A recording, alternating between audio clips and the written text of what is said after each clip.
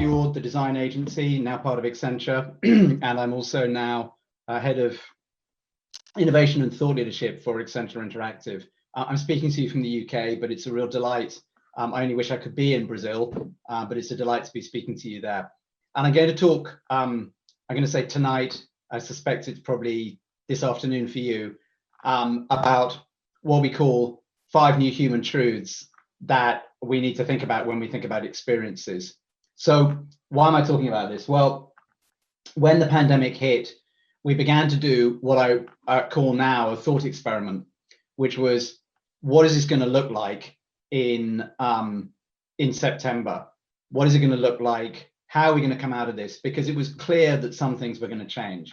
And the more we looked at it, the more we began to develop some hypotheses about how deep those changes were in the way in which humans think about things, and therefore the way in which we design experiences for them when we work in or for or with large organizations. And that's because it was very clear very quickly that COVID-19 is a different kind of experience. So it's different because it's happening to all of us together. You know, right now I can see a feed of the production team and they've got masks on. And, you know, I'm not somewhere, I don't have to wear a mask where I am, but if I went shopping in the UK, I'm going to have to wear a mask. If I go on transport, I'm going to. I speak to people all over the world every week. And literally what I can say with certainty is that we're all experiencing many of the same things during the pandemic, both good and bad. The second thing is that it's changed the structure of pretty much every experience. So think about a simple experience chain, like buying a liter of milk. You know, it's changed totally. Now, when I step out of my house, I have to pick up a face mask before I go. When I get to the shop, I have to queue outside because it's 1 in, 1 out. When I'm inside, I have to socially distance by 2 meters from people inside the shop. When I find the bottle of milk, which may be in a different place because there's a different cleaning regime going on in the shop, I then take it to the checkout. I can't pay by cash anymore. I have to pay contactless, and I have to stand behind a plexiglass screen with the shopping assistant on the other side of it. And when I get home, my family and my kids say to me, have you washed your hands? Have you washed the bottle of milk? So that's just the simplest thing you can imagine, buying a bottle of milk. And that's changed at pretty much every step of the experience. Now think about complicated experiences, and we'll come back to this later on. So structurally, experiences have changed. I like to say pretty much everything except brushing my teeth. The third thing is that because of the above two, because this is a communal thing, and because of the structural changes, we're really aware of the experiences we're having. We talk about it all the time. We swap notes with our friends, our family, people in other countries, and we say, how is it for you there? And that awareness of experiences means that the sort of lens of everybody has come sharply onto, how do I get the things I want, and how has that changed? So our everything we do around experience has now been heightened by the pandemic, and we have to think about it differently. Because the next major point is that we're in an era of uncertainty. The problem we've got is that we don't actually know what normality looks like. And worse, we actually don't know when it's going to return, because we have this triple uncertainty. So we've got the epidemiological, the disease uncertainty, which is, will there be a vaccine? If I've had the disease, am I immune? How long am I immune for? We're beginning to hear that it probably won't last forever. When will the virus be suppressed? How long does it live? Is it airborne or not? There was a debate I saw in the British media just today. Lots of uncertainty around the disease. And then added to that, unfortunately, we have economic uncertainty. So we don't know how long the recession is going to last. We know it's bad, and we see signs of uptick in some markets that are coming out of the lockdown, but we don't know how deep it is. We don't know what the exit looks like. Is it V-shaped or U-shaped, or we have to hope not W-shaped?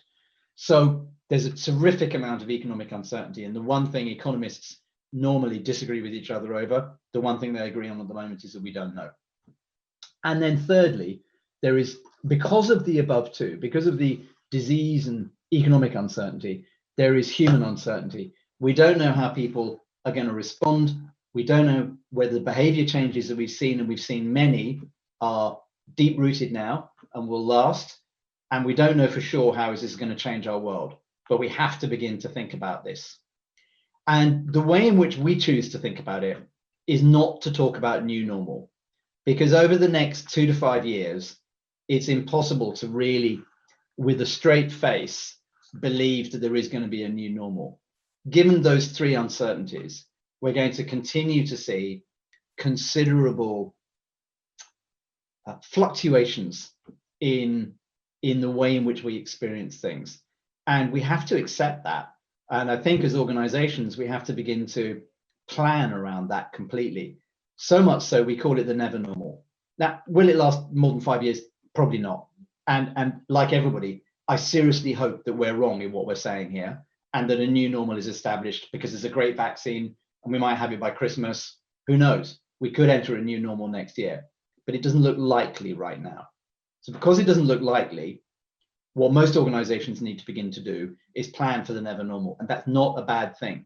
What it does mean is we're going to have a lot of what I call strategic thinking wastage. And we have to accept that too.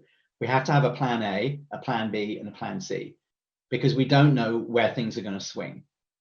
What we do know right now, and we see this clearly in the research, is that you can segment consumers by two key vectors.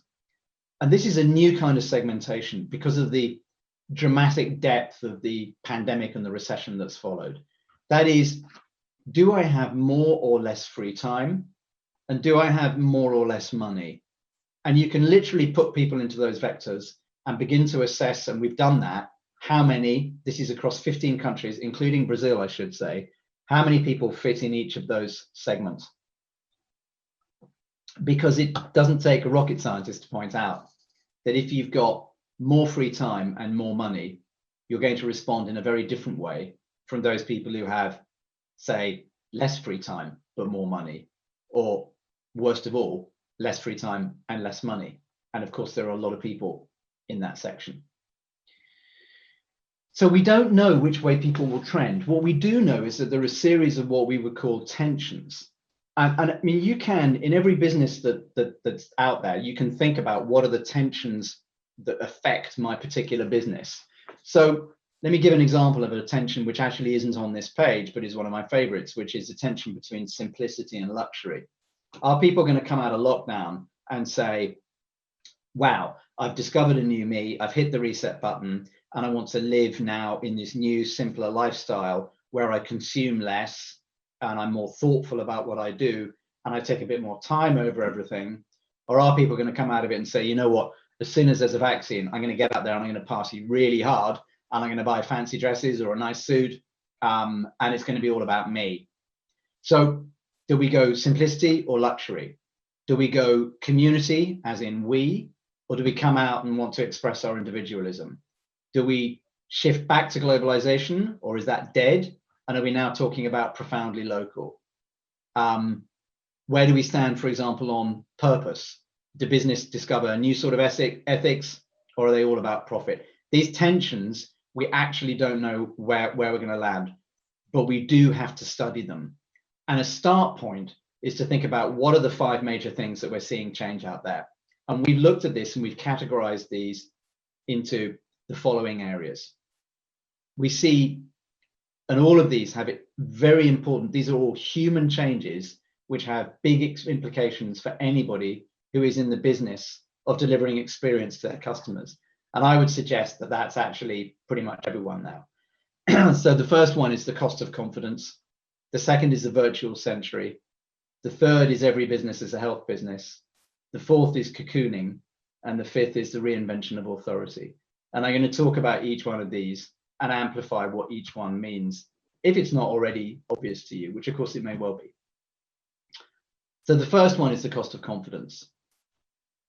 And really at its heart, this is about the fact that we have been completely blown away by what's happened. I mean, everybody. You'd have to be brain dead not to realize how big the changes are and to what a deep level they affect our lives. Now that means that, this idea of black swan events, which was popularized by Nicholas Taleb about 5-6 years ago in a famous book called Black Swan. This idea of black swan events is something that everyone is now familiar with. They may not know where it comes from, but they know the idea. And the idea is, what are these things which can happen, which are unknowable and happen fast and affect my life? And that affects our confidence. And everybody believes they need a plan B. So think back to my narrative about the experience of buying a bottle of milk. That's a small decision. Now think about decisions where you need to make a much, all the commitment involved in that decision is getting to the shop and a bit of money and taking a bit of risk of being in a public place.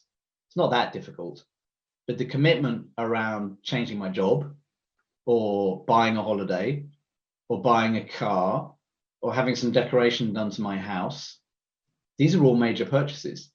These have all become much more anxious. And the more complicated a commitment is, having stuff done to your house is actually quite a complicated commitment. There's a lot of different moving parts in that and people involved as well. So it becomes much more anxious. And the difficult thing about COVID-19 is that it's carried into our hearts and minds this message that other people and places, and actually, of course, even things, because we now know that the virus can live on things for a while. They carry this invisible thread. So a second wave, although I have to tell you, I'm beginning not to believe in the idea of a second wave. I think it's going to be more lower level continuous. That's certainly what we're seeing in Europe. The continuous wave that happens after this deepens all the experience implications in this presentation that I'm giving, but particularly confidence. So confidence in health was the first thing that took a knock. And these stats are from mid-May. They've moved on a little bit because some of these markets have moved out of advancing and into stabilizing, like the UK, for example. I know, because we read the media here, that Brazil is still in the advancing section. What we see clearly is that when we're in the advancing stage, unbelievably high levels of fearfulness over the health for other people. I mean, I cannot imagine that this statistic, had anyone actually ever studied it 6 months ago, would have been more than 20-30%. And we see this now at a very, very high level. That dips quite a lot as countries begin to stabilize with the pandemic. What doesn't dip is the fear about the economy. So I'll go back to this point I made earlier about the triple uncertainty. This is not only about the disease, it's also about economics. And although ordinary citizens might not put it like that, that's what they're worried about. And this lack of comfort extends to all sorts of things. Unsurprisingly, people are very uncomfortable about going to public places. And if you look at this chart, what I love about this, so if you just to analyze it, the top half of the chart is people saying, I feel comfortable doing these things. And the bottom half of the chart is people saying, I do not feel comfortable doing these things. And what's interesting, if you think about it, is that everything on the left-hand side of this chart, these are all high-density places: bars, clubs, sporting events, concerts, public transport. The ones, as the discomfort begins to taper off towards the right-hand side of the chart, are all low-density places: a friend's house, the pharmacy, a small grocery, the doctor's surgery. So people are not stupid. They are thinking about this, and they're rationalizing it in their head. They might not talk about density, but that's what they're thinking about. They're thinking about that when it comes to travel as well. And I can't be the first person to point out that COVID-19 has been, particularly damaging to anybody involved in the travel or hospitality business. And again, it's a density thing. Cruise, flights, really high levels of discomfort over the idea of doing that. Staying in a hotel room, a little less, because you're just a little less obviously packed with other people. Renting a car, less than that, but still really high levels of concern here about doing any of these things. So what's the impact of this?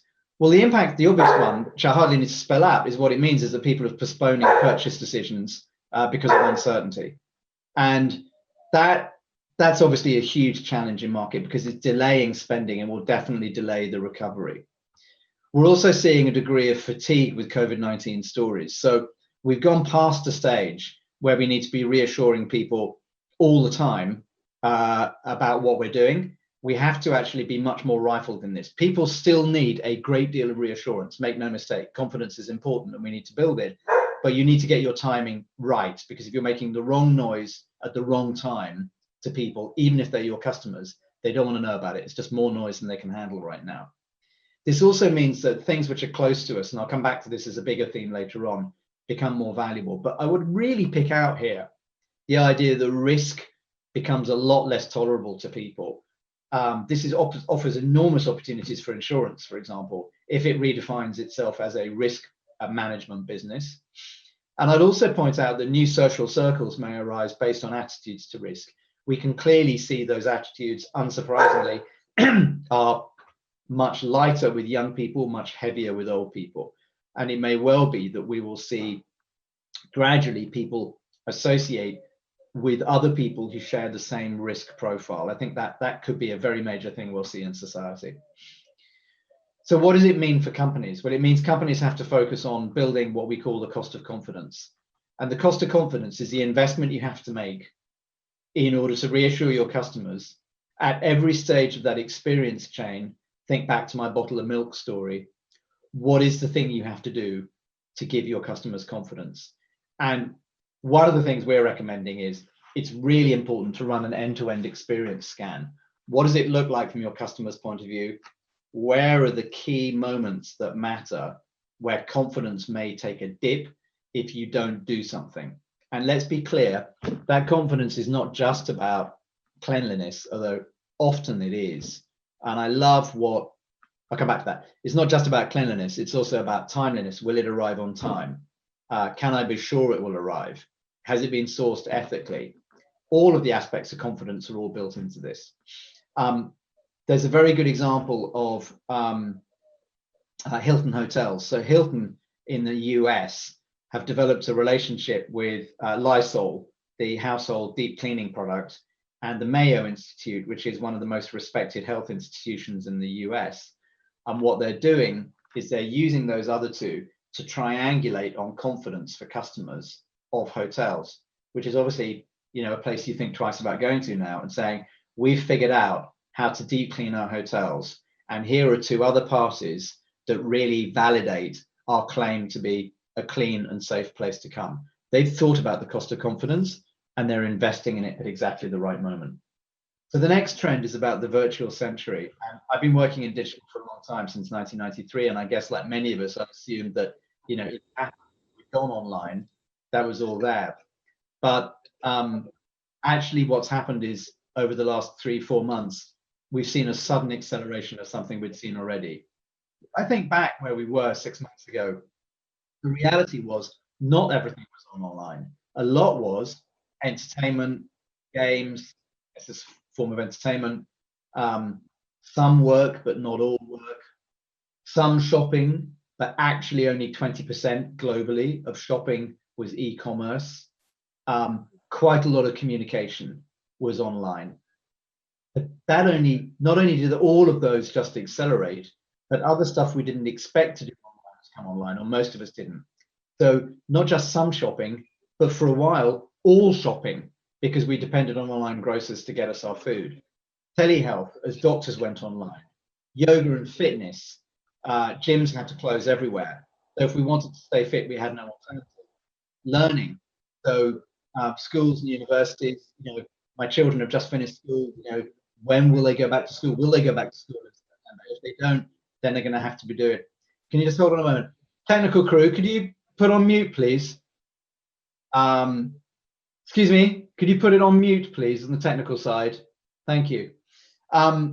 So work, of course, you know, many of you will be, probably most of you will be working from home and listening to this like I am right now, and socializing. You know, only a month ago, I saw my 29-year-old, 30-year-old daughter conducting a birthday party over Zoom in the middle of the day with her friends. They were all wearing fancy dress and partying, and it looked great, but it was a virtual birthday party. Who would have predicted that that would be the only way to have birthday parties for months and months in many countries.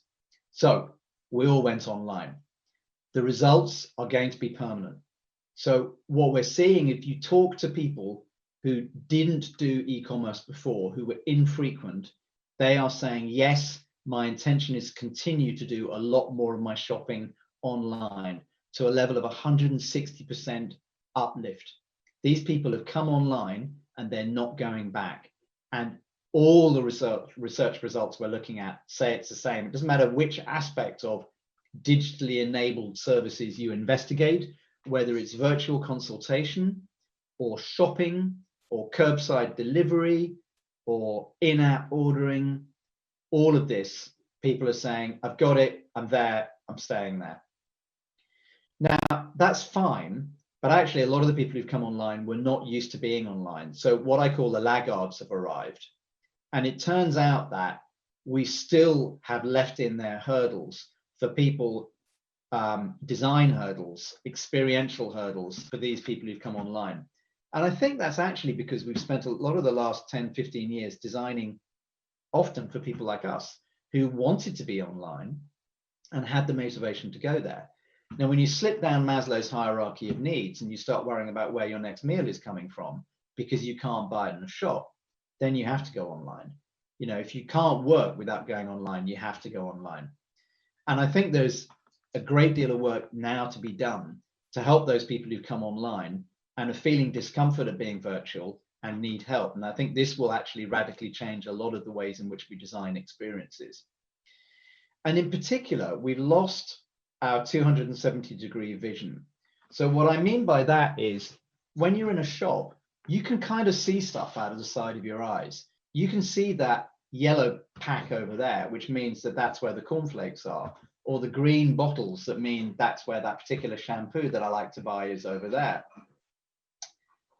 But online, you don't have peripheral vision. It's just a small screen. It may even be as small as this, of course. And that gives you absolutely no room for taking in those details or those colors or those shapes or whatever it may be that exist in our peripheral vision. It's all got to very, very focused.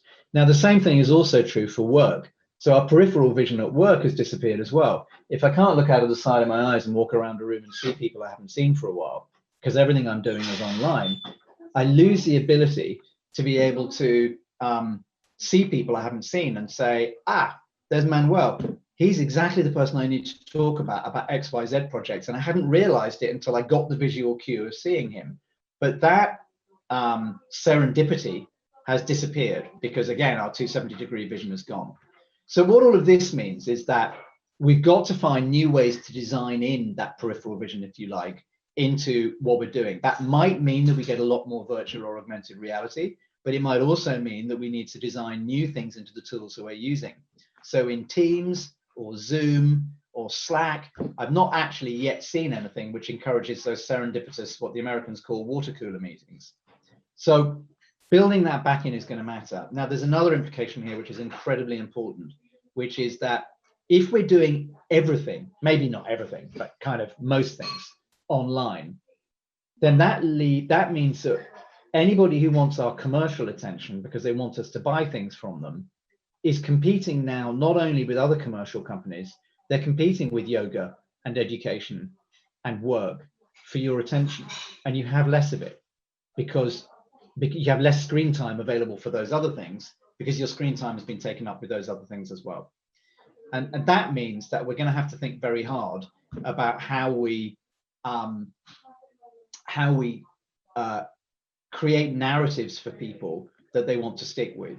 And actually, I think we'll find ourselves hiring, for example, TV producers. I mean, they know a lot about how to attract people to a screen, get people into a narrative, and keep them there. And I think that we're going to see an explosion of new ways of using entertainment for commerce online as a result of this. There's also a reality here that our balance of values between real and digital is going to shift, because we're going to look at digital and say, where am I getting value here that I didn't expect? And where are the values that I only get offline that I want to have there? So one of the clues to working, to understanding this is to think, where are my needs being met in new ways that I like and which are actually going to stick? One of the examples that I've talked about quite a lot with people is online yoga. And what's happened is that, I mean, an online yoga instructor actually said to me, my business has permanently changed because my customers have all gone online. And I said, this is a couple of months ago, and I said, yeah, but don't you think they'll go back, to studios and coming to sessions once we're allowed to? She said, I don't know. And I said, why not? And she said, well,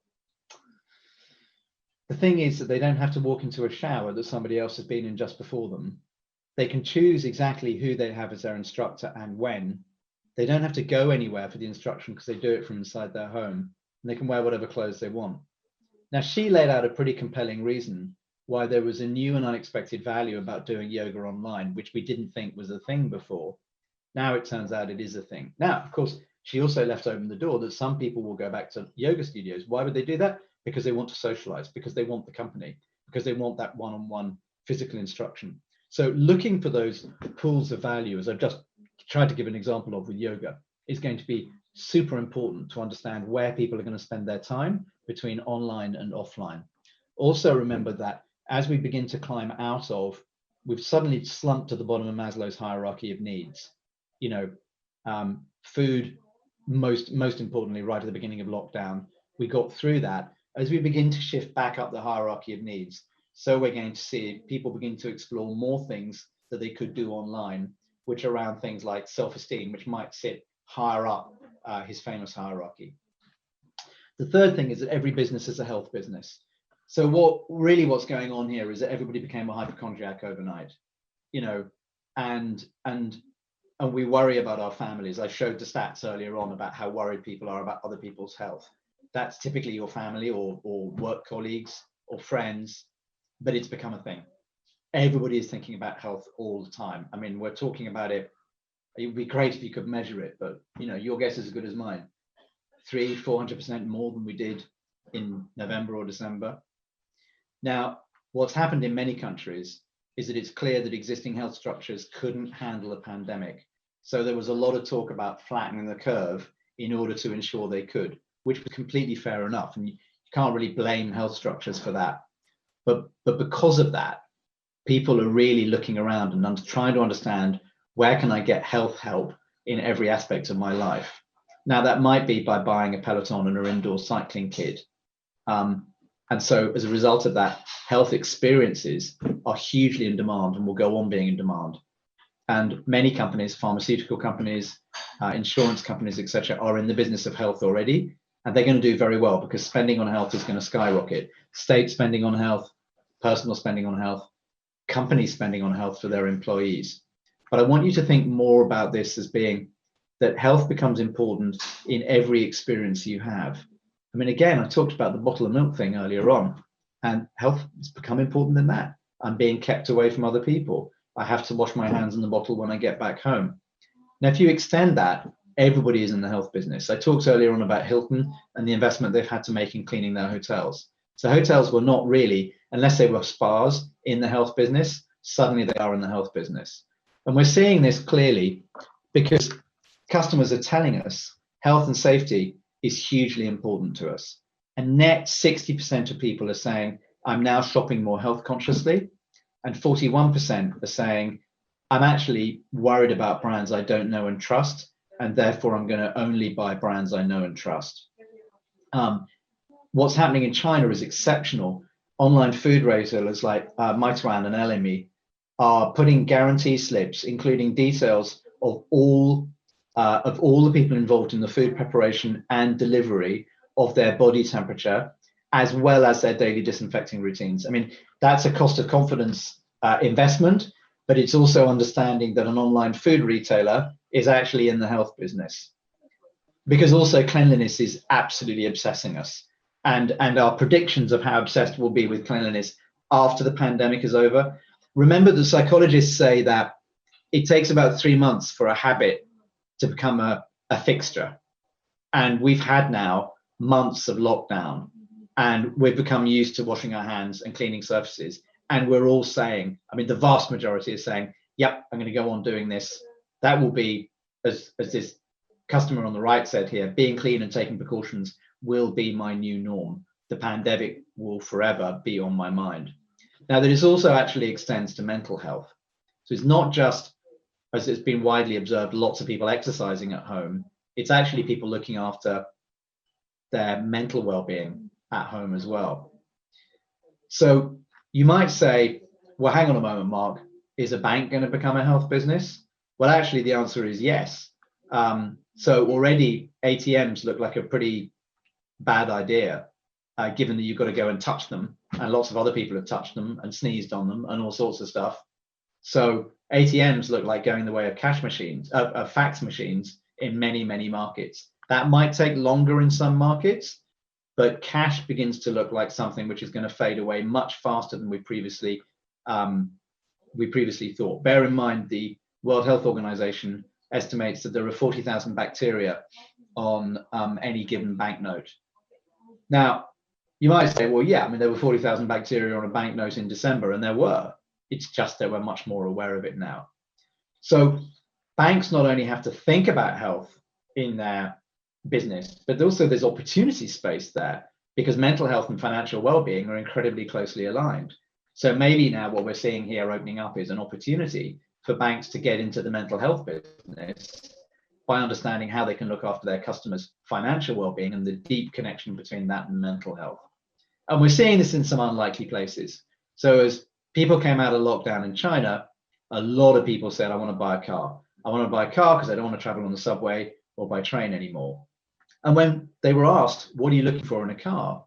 They didn't say paint job or speed or really noisy hi-fi system. They talked about air conditioning with germ filters and interiors that use antibacterial materials. Well, who knew that was the thing? The car manufacturers have always been in the business of safety, but now they're in the business of cleanliness and health as well. So again,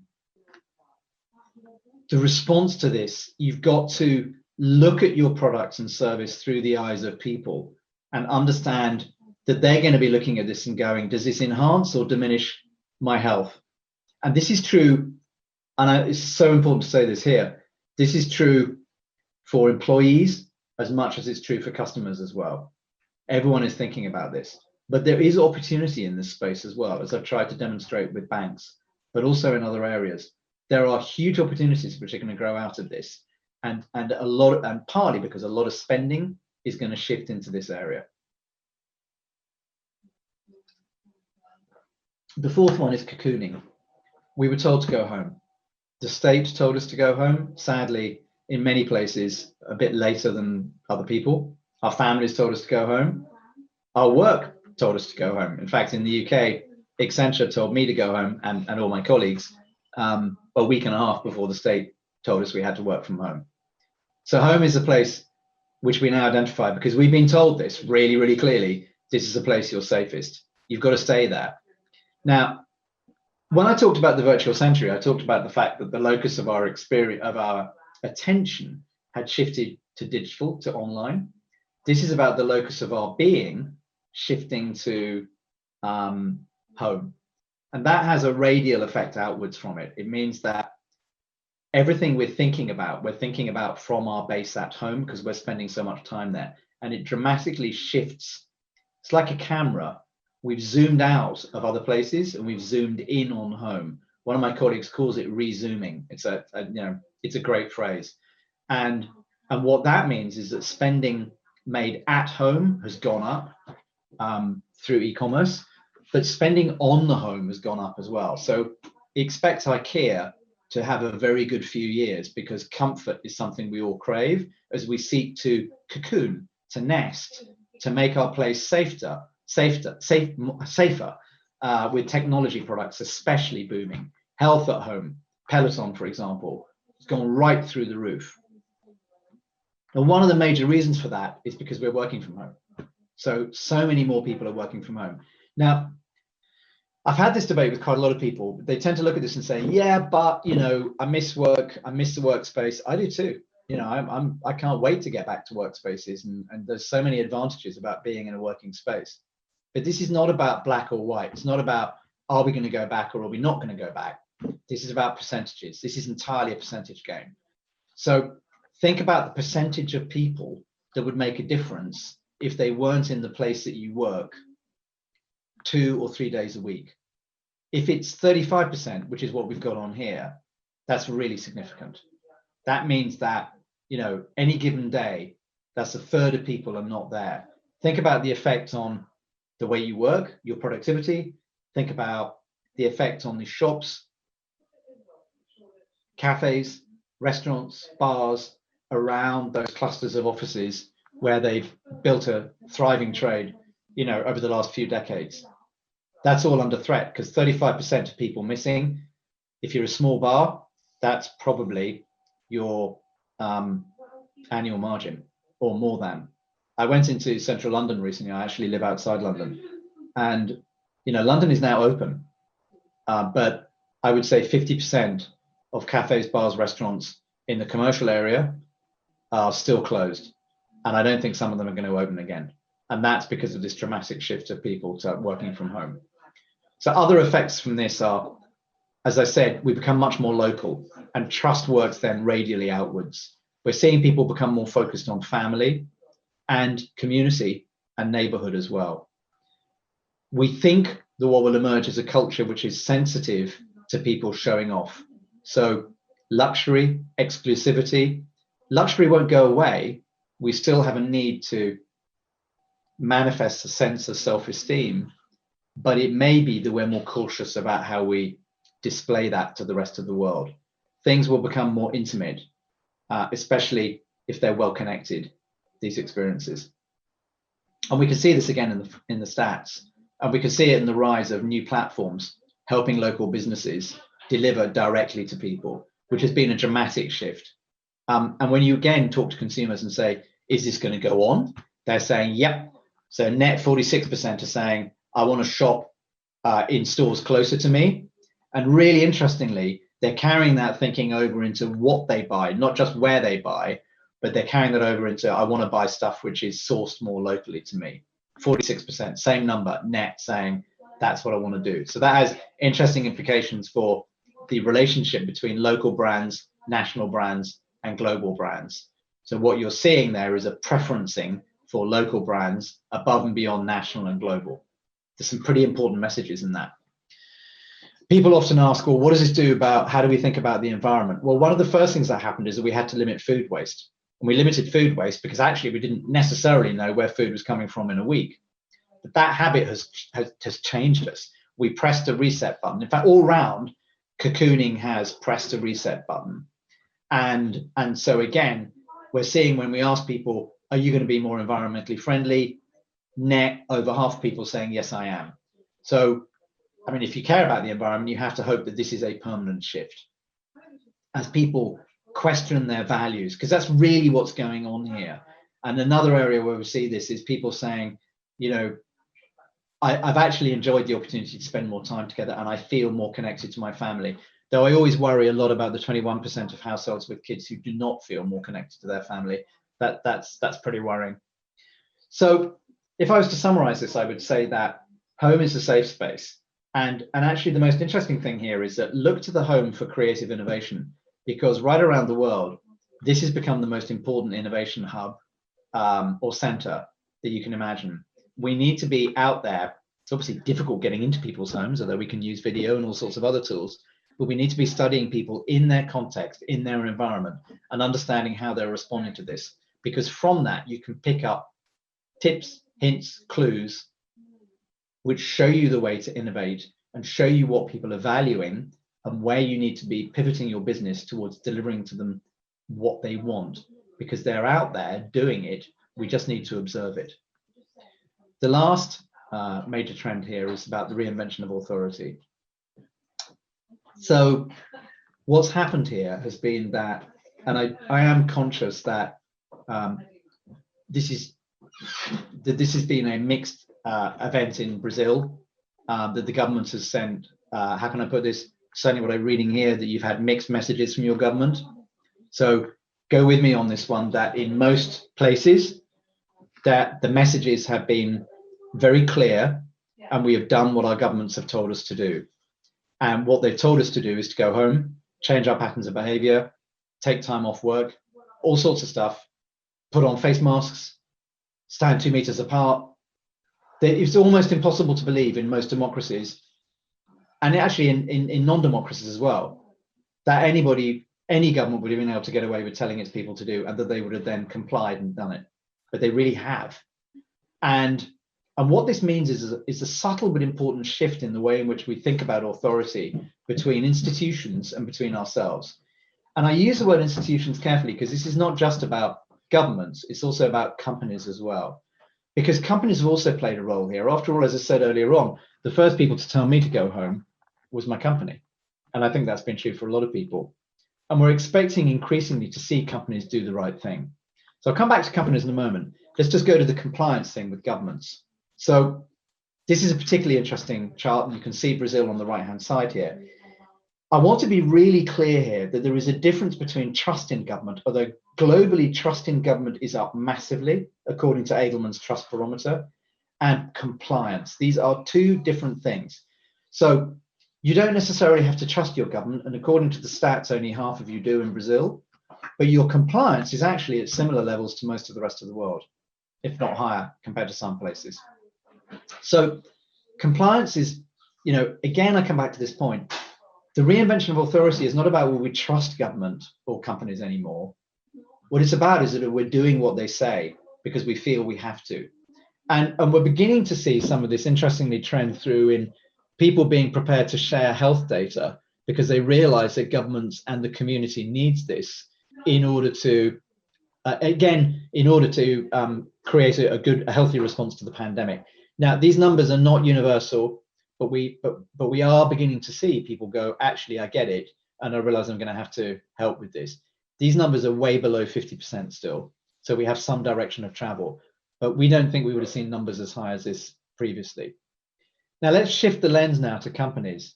So we've reinvented our relationship with government, but actually it's happening with companies as well. And in Fjord, we talked about this in Fjord Trends 2020 at the beginning of the year, when we said very, very clearly in a trend called Many Faces of Growth, that the world was at a tipping point where purpose was going to matter a great deal more, because all sorts of stakeholders, citizens, employees, the children of CEOs, investors, really investors, were saying, we can't go on in a world where the existence of companies is only about making profit for shareholders. It has to be about other things as well.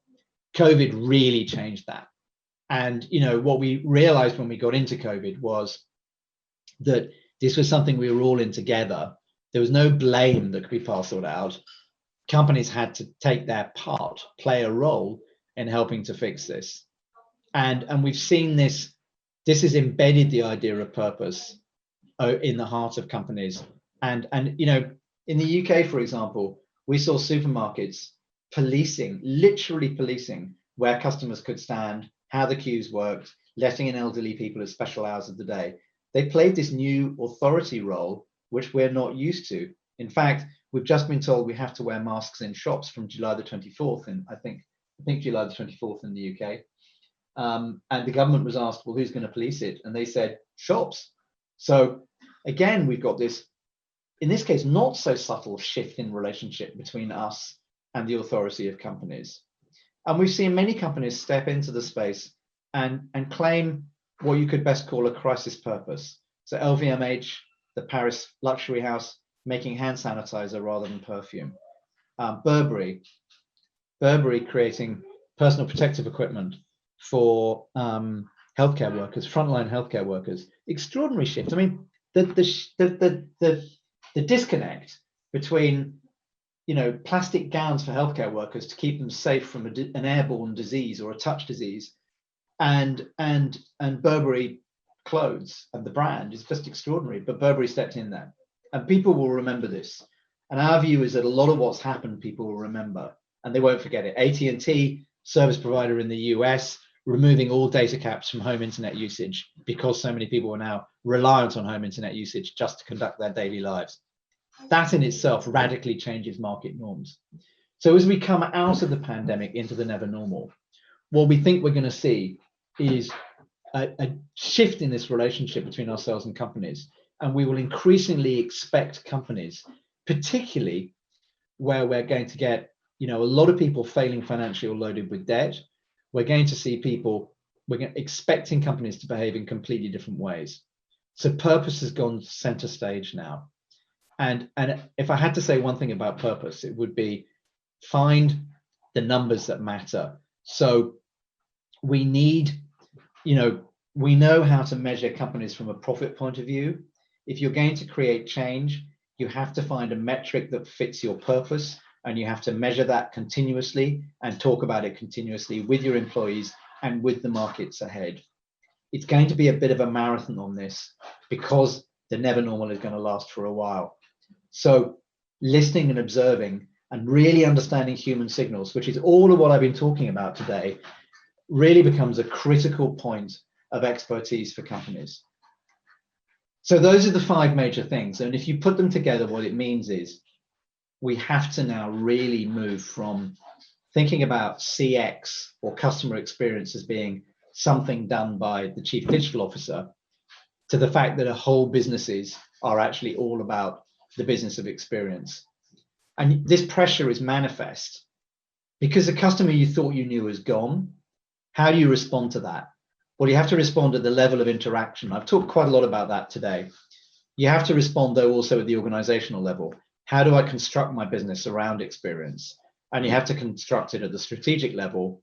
What are the new pools of value and experiences that I need to deliver? And what are the old ones I need to forget about because the customer's gone and those experiences aren't coming back? So purpose and innovation become really crucial to differentiate brands as you reimagine your business of experience.